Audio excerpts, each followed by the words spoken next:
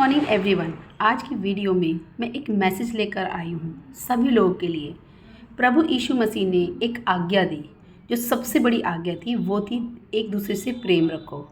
आज मैं समाज में देखती हूँ और जब वीडियो देखती हूँ और मैसेजेस देखती हूँ तो मैं उस सोशल मीडिया को देखकर हैरान रह जाती हूँ और बड़ा दिल दहल जाता है उन घटनाओं से। जैसे अभी एक दलित भाई के साथ में हुआ, जिसको जेल में पुलिस कस्टडी में पीट पीट कर मार दिया गया, और जाने कितनी सारी घटनाएं जो रेप से संबंधित और कितने सारे मर्डर्स हो रहे हैं।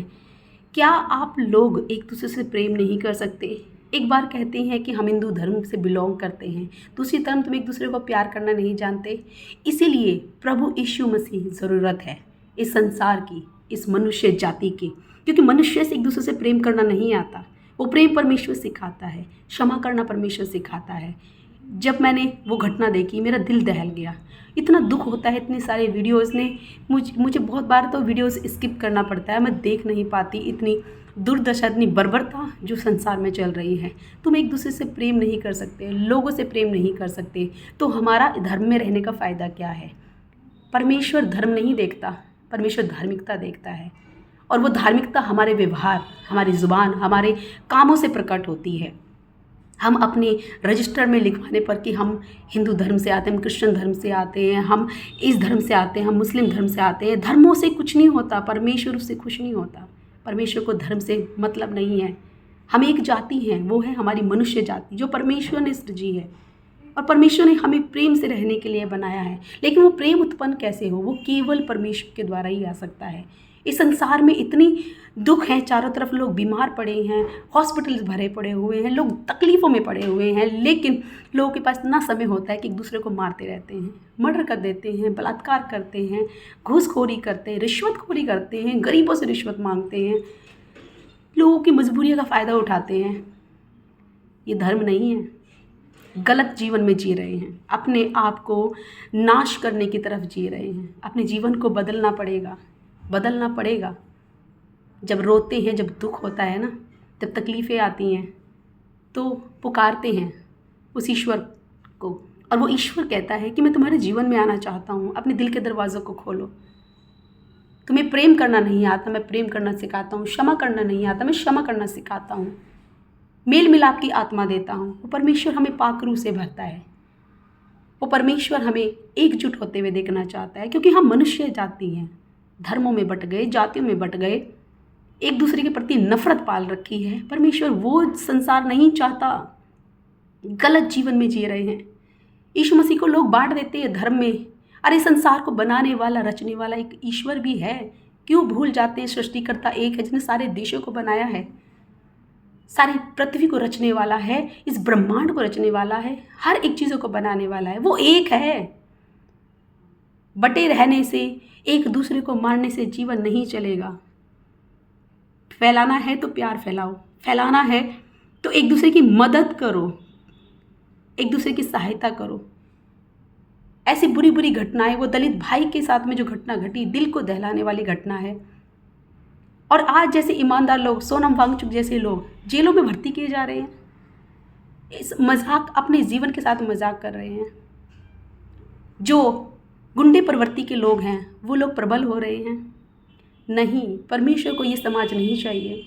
परमेश्वर हमारी बीमारियों को दूर रखना चाहता है, हमें बीमारियों से आज़ाद रखना चाहता है, हमारे दुखों से दूर रखना चाहता है, आंसुओं से दूर रखना चाहता है। लेकिन कौन? एक वही पा सकते हैं उन आशीषों को जो अपने दिल को नम्र और दीन करके परमेश्वर के पास में आते हैं। यीशु मसीह को धर्म में मत बांटिए प्लीज़। धर्म परिवर्तन का लगाते रहते हैं आरोप। यीशु को जानिए तो सही। जब बाइबल हाथ में दिखती है, तो मैंने एक वीडियो देखी, उसमें तो क्या किया, जाते हैं और इस तरह से दिखाते हैं, प्रकट करते हैं वो गुंडे प्रवृत्ति के लोग, वो संघी लोग। जैसे ये हिंसा का क्षेत्र है, हिंसा की बुक है, पढ़ के देखिए, जीवन को बदल देगी। यीशु मसीह जीवन को बदलने आया। वो पवित्र शास्त्र जिसने पढ़ लिया, समझ लिया ना, उसका जीवन बदल गया। झगड़े करने की ज़रूरत नहीं पड़ेगी, मर्डर करने की ज़रूरत नहीं पड़ेगी, मारपिटाई करने की ज़रूरत नहीं पड़ेगी, क्योंकि परमेश्वर हमारे जीवन में काम करता है। हमें बदलने आया, वो तुम्हें बदलने आया। दूसरों को मार मार कर तुम्हारा कुछ भला नहीं होने वाला। अपने जीवन को तुम नाश के कगार पर लेकर जाते हो। गलत फहमी में जीते हो कि संसार का न्याय नहीं होगा। आज जजों को खरीदने से, आज पुलिस को खरीदने से, पुलिस के द्वारा गलत कार्रवाई, इलीगल काम कराने से जीत नहीं जाओगे।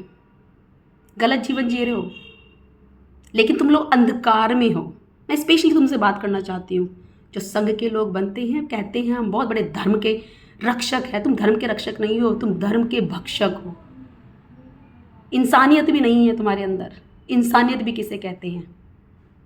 बड़ा दुख होता है तुम्हारी दुर्दशा देखकर। तुम दूसरों को मारकर बड़े झंडे गाड़ गाड़ के करते हो ना, ये तुम जीवन को, दूसरों को नहीं बिगाड़ रहे, अपना जीवन सबसे पहले तुम बिगाड़ रहे हो, और इससे तुम्हें कोई फ़ायदा नहीं होने वाला। धर्म का झंडा ले लेकर तुम कुछ नहीं करने पाले, क्योंकि परमेश्वर एक है। मैं फिर से कह रही हूँ, परमेश्वर एक है। परमेश्वर लड़ना नहीं सिखाता। यीशु मसीह एक है। तुम्हारे पास हो सकता है बहुत सारे करोड़ों हों, लेकिन क्या करोड़ों ने सिखाया है कि मार पिटाई करो? क्या वो कहता है? क्यों इतने असुरक्षित फील करते हो? अरे ईश्वर एक है भाई, ईश्वर एक है। हिंदू, मुस्लिम, सिख, ईसाई, सबका परमेश्वर एक है। सबको बनाने वाला, रचने वाला एक है, क्योंकि हम मनुष्य जाति में से आते हैं। हमारी एक जाति है, मनुष्य जाति।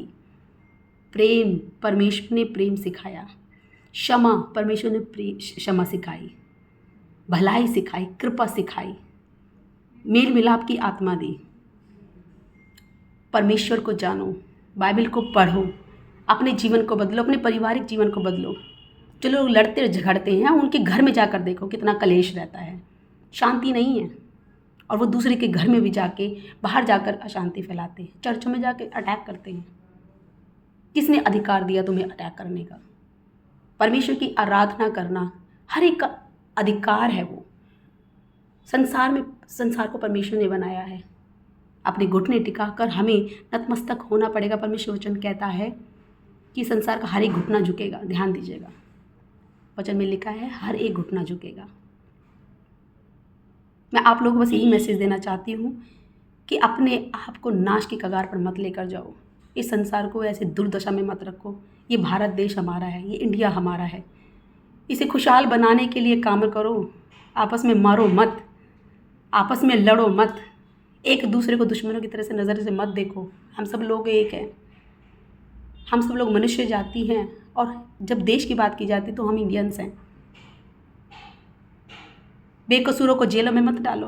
मैं पुलिस वालों को मैसेज देना चाहती हूँ, इलीगल मत करो, पैसे के लालच मत आओ, क्योंकि कानून का दुरुपयोग करोगे तो अपने आप को इलीगल कामों में लिप्त करते हो। आपके पास एक संविधान है, कॉन्स्टिट्यूशन के द्वारा आपका सिलेक्शन हुआ है। उस कॉन्स्टिट्यूशन का मत भूलिए। क्या इसी उद्देश्य के साथ में आप लोग आए थे जब आपने सिलेक्शन लिया? ये मैसेज मैं दुनिया के पास पहुंचाना चाहती हूँ। प्लीज़ इसे शेयर जरूर करें। अपने जीवन को बदले, अपने जीवन को बदले। और वो एक ही तरीके से हो सकता है, क्योंकि मनुष्य कभी भी अपने आप को उन पापों से छुड़ा नहीं सकता। वो है केवल प्रभु यीशु मसीह। जानते हैं क्यों? क्योंकि उसने अपने प्राणों का बलिदान दिया। बलिदान के द्वारा ही हम छुटकारा पा सकते थे। मनुष्य नहीं समझ सकता है संसार को, परमेश्वर समझता है। उसे पता है कि कैसे मनुष्य को छुड़ाया जा सकता है पापों से, गुनाहों से, गलत सोच से, बुराई से। परमेश्वर जानता है, इसीलिए प्रभु यीशु मसीह ने अपने लहू को दिया, अपनी जान कुर्बान की। उसने हम मनुष्य जाति को बचाने के लिए उसने दाम दिया, अपने प्राण की आहुति दी। उसकी कुर्बानी को जायज़ मत जाने दो। परख कर देखो, प्रभु का वचन कहता है परख कर देखो यहोवा कैसा भला है। अपने जीवन में काम करने का अवसर दो, देखोगे।